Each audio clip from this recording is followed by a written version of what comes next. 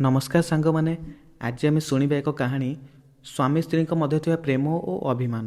दिने गोटे परिवार स्वामी और स्त्री मध्य झगड़ा लगी स्वामी रागे ऑफिस पलाई गले। 10 मिनिट पर स्त्री तांको स्वामी को कॉल करी कहिले तम संसार तम झील पुओ को छाड़ी मु सबुदिन पई चली जाउची। स्वामी ठीक अच्छी जाओ बोली कही कॉल काटिदेले कहीं तांकर विश्वास थिला जे से कुआड़ी भी जीवेनी। दी पहर लंच ब्रेक रे स्वामी जेतेबेले ऑफिस रो घर को फेरिले देखिले जे तांको स्त्री कुआड़ी भी जाई नाहांती, घरे ही अछंती आउ रोषेई करी टेबुल सजई रखिछंती। आउ एइटा हेउची स्वामी स्त्री भितर थिबा भल पाइबा। एहा परे दुई जण अलगा रूम रे जाई सोई गले। केही काहा सह कथा हेलेनी कि केही काहाकू खाइबा पई भी डाकिलेनी कि निजे भी खाइलेनी। आउ एइटा हेउची स्वामी स्त्री भितर थिबा अभिमान। संध्या बेले स्त्री पिला मानकू ट्यूशन नै गले। एइटा होची स्त्रीर दायित्व। एपटे बिचार स्वामी को प्रबल भोक लागि थाए। तापरे डाइनिंग रूम को जाई देखिले रे टेबुल ऊपर दुईटी प्लेट अछि आउ दुई ग्लास जल अछि आउ खाइबा भी सेही साइड रे अछि, किंतु सेतेबेले से खाइलेनी। भाबिले स्त्री आसिले एका सांगरे खाइबा आउ याकू ही कुहंती अपेक्षा। तापरे स्त्री रूम को आसी